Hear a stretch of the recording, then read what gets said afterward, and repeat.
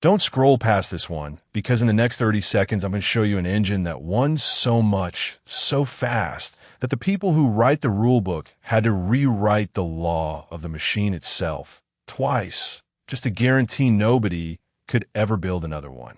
5 cylinders, 48 wins from 82 starts, 3 riders' world championships in 5 years. A win rate no engine layout has matched before or since in the 4-stroke era of MotoGP. And it hasn't turned a wheel in a real race since 2006. Not because a rival built something faster. Nobody ever did. It was killed by a paragraph. Here's exactly how Honda found the loophole, what almost every retelling of this story leaves out, and why the door it walked through got welded shut behind it. Act 1. The gap in the page. To understand why Honda built a 5-cylinder engine, you have to go back to a single blank sheet of paper handed to every manufacturer on the grid in 2002. That year, Grand Prix racing tore up its own rulebook. 4-stroke engines were allowed into the premier class for the first time, capped at 990 cubic centimeters, and this is the part that matters. The old ceiling on cylinder count was gone. You could build with as many cylinders as you wanted. Every factory answered differently. Yamaha and Kawasaki went with an inline 4. Suzuki bet on AV4. Aprilia showed up with a screaming inline 3. 5 factories, 5 philosophies, all guessing at a future none of them had actually seen yet. Honda looked at the same page and did something nobody in Grand Prix history had done. They built a 5. Not because 5 cylinders were an obvious improvement, because buried in the fine print of a new technical regulations was a detail almost the entire paddock walked straight past. The minimum weight for a 4-cylinder machine and a 5-cylinder machine was identical. Both were dropped into the same 145-kilogram bracket. Read that again. A 4-cylinder bike and a 5-cylinder bike, under the 2002 rules, weighed the same on paper, which meant Honda could take everything an extra cylinder given engine. A smoother spread of power, higher achievable revs, more peak output, for a weight cost of exactly 0. A free cylinder, sitting in a document every rival had a copy of. Nobody else touched it. Now, the way this idea was actually born is stranger than the loophole itself. According to Honda's own account, the V5 didn't come out of a wind tunnel or a boardroom directive. It came from a passing comment. The head of Honda's motorcycle product planning department wandered past the engine team and half-joked that it would be interesting and very Honda to build a V5. The engineers barely humored him. An odd number of cylinders was a balance nightmare with 0 precedent anywhere in Grand Prix racing. They sketched a rough layout almost to prove it was a bad idea, and then looked closer, and the vibrations that should have shaken the thing apart turned out to be solvable without a mechanical balancer at all. The dumb idea wasn't dumb. It was the answer. This wasn't Honda's first time reading a rulebook sideways. 20 years earlier, when Grand Prix racing capped the top class at 4 cylinders, Honda's engineers built a V4 with oval pistons, 2 connecting rods, and 8 valves crammed into each cylinder, effectively fusing 2 cylinders into 1. On paper, a 4. In practice, it breathed like an 8.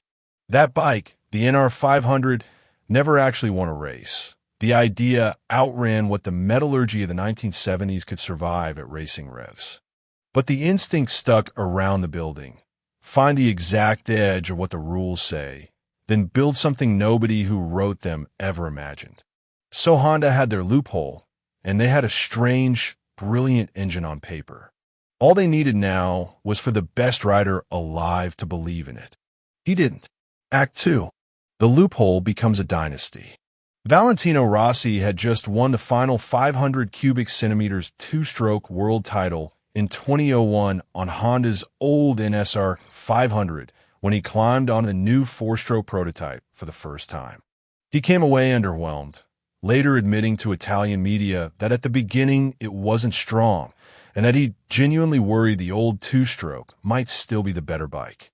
The reigning world champion, the man the entire project was built around, wasn't convinced his employer's new flagship was actually an upgrade. Then 2002 happened, and the doubt didn't last. The bike that reached the grid was the RC211V, a water-cooled 20-valve, 5-cylinder engine set in AV at 75.5 degrees. That number isn't a round figure picked for elegance. It's the answer to the balance problem, cut directly into metal. Here's the piece most retellings skip past, and it's the actual engineering heart of the story. An odd number of cylinders has a problem, an even number doesn't. The internal forces don't naturally cancel each other out. Left alone, a 5 shakes itself apart at racing revs. Positioned at exactly 75.5 degrees, though the combined forces of 4 of the 5 cylinders could be canceled almost entirely by the 5th cylinder working on its own. No mechanical balancer needed. And a balancer isn't a small thing to lose. Every gram it weighs, and every scrap of friction it adds is weight and power a rival is carrying that you're not. Stack that saving on top of the free cylinder from the weight bracket loophole, and you get an engine that revved harder, made more peak power, and still hit the exact same minimum weight as a conventional 4. Legal, all of it. It borrowed from Honda's own back catalog, too. The cylinder architecture leaned on the RC45 Superbike that won the 1997 World Superbike title, and the firing order came from the NSR 500's Big Bang configuration, where cylinders fire in a tight cluster instead of evenly spaced, hooking the rear tire up in a way an evenly firing engine can't match. Honda development writer Shinichi Ito, who'd raced the old 2-strokes and helped build the new one, later described the power as tremendous, saying acceleration simply kept building even after 6th gear. That's what riders fell in love with, not raw power alone, but usable power. The Big Bang firing order made the bike controllable at low revs, which meant less tire spin and a machine you could lean on lap after lap. And the advantage wasn't limited to the fastest man in the world. Satellite riders won races on it too. That breadth of dominance, an edge so wide it didn't need a superstar to unlock it, is exactly the quality the sport would later decide it couldn't live with. Hold on to that. The 2002 season went from theory to devastation almost immediately. Rossi, the same rider who'd been worried the thing wasn't an upgrade, won 11 of 16 races and the very first MotoGP title by 140 points. The bike itself did even more. Across those 16 rounds, the RC211V won 14. By 2003, it stopped looking like one brilliant rider and started looking like an engine advantage nobody else on the grid could answer. The top 3 finishers in the entire championship, Rossi, C. Gibernal, and Max Biaggi, were all on Honda machinery. But 2003 also delivered the darkest day in this story, and skipping it would be dishonest. At the season opener in Suzuka, a 26-year-old former 250 cubic centimeters world champion named Daijiro Kato crashed his Gresini RC211V at high speed and died of his injuries 2 weeks later. His number was retired. Suzuka was pulled from the calendar and has never hosted MotoGP again. It's the last death in Grand Prix racing for 7 years. That's not a plot beat. It's the cost of the era, and it matters for where the rules went next. Rossi defended his title in 2003, then did something that should have ended the dynasty on the spot. Unhappy inside the team, he walked, taking half his crew with him to Yamaha, a factory that hadn't won a title in years, specifically to prove it had been him, not the bike. The V5 kept winning without him anyway, taking the Constructors' Championship in 2002, 2003, and 2004. And in a finish nobody in Yamaha's garage saw coming. A season of crashes let a tough young American named Nicky Hayden reel Rossi in and steal the 2006 title by 5 points, on the very bike its former rider had abandoned. Added up, 48 wins from 82 starts, a 58.5% win rate, 10 different riders standing on top of the podium on it, 3 riders' titles for constructors' crowns.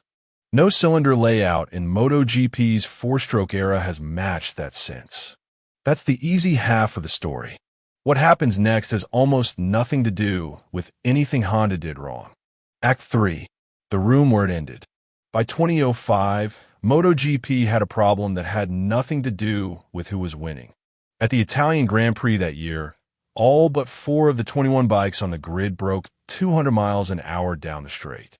6 years earlier, the fastest of 500 cubic centimeters two-stroke had ever gone through that same trap was considered outrageous, and now 4 strokes had blown past it by more than 10 miles an hour. Prototype engines had also become absurdly expensive, and races were starting to feel processional, with factory and satellite Hondas both out front. Confirmed for 2007, the Grand Prix Commission's fixed-cut engine capacity from 990 cubic centimeters to 800 cubic centimeters.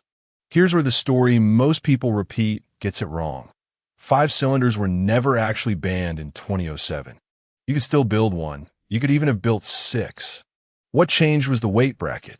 A 4-cylinder bike could weigh 148 kilograms. A 5 now had to weigh over 155. The free-cylinder Honda had exploited for 5 seasons suddenly cost 7.5 kilos, crammed into a much smaller engine. It wasn't a ban. It was a tax large enough to erase the entire reason to build one. Picking a V4 for 2007 was, for Honda, choosing the only unlocked door. Tellingly, every rival manufacturer was already building 4 cylinders or fewer. Nobody else had anything to lose from a rule that punished a 5th. Whether that was intent or coincidence, there's no proof either way, but the outcome for Honda was identical. Difficult and unforgiving. That's how most riders described the new RC211V in its first season.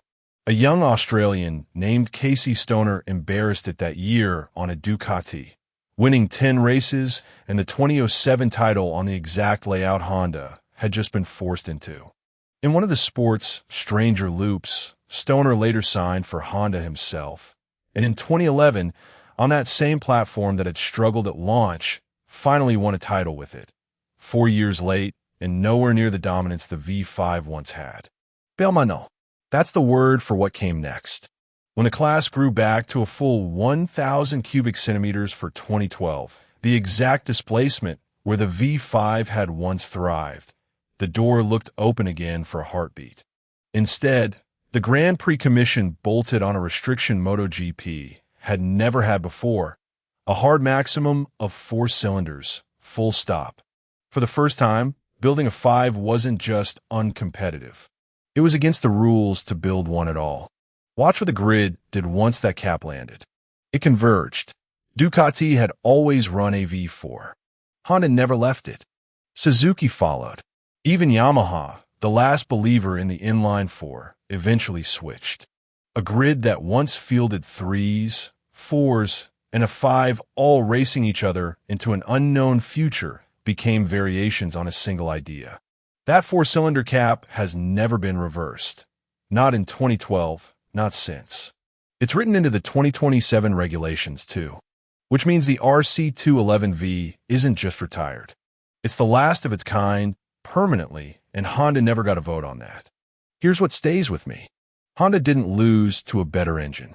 Nobody out-engineered the RC211V on a racetrack in 5 years of trying. It went out mid-dynasty, ended not by a rival, but by a paragraph written in a room its own engineers weren't sitting in.